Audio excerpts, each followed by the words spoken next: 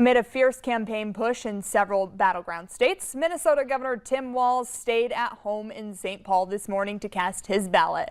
The governor's vote comes amid a nationwide push for early voting. Valley News Team's Quinn Gorham was there as the governor addressed the media.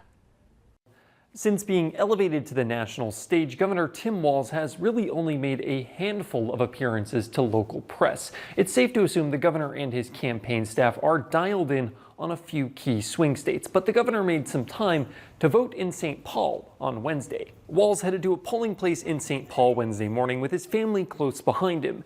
Gus Walz, the governor's son, voted for the first time on Wednesday, sharing a moment with his father after casting his ballot. Walz exited the building and walked a good distance away to avoid talking about the campaign near a polling place.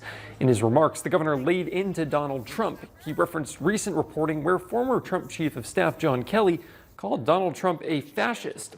Walz said the remarks were concerning to him. As John Kelly said, Donald Trump doesn't understand the Constitution, nor does he respect the rule of law.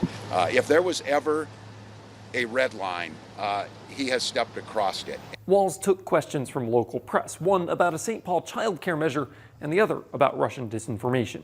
This likely marks one of the last public events Walz will do in Minnesota between now and the general election, as his campaign continues to blitz through battleground states.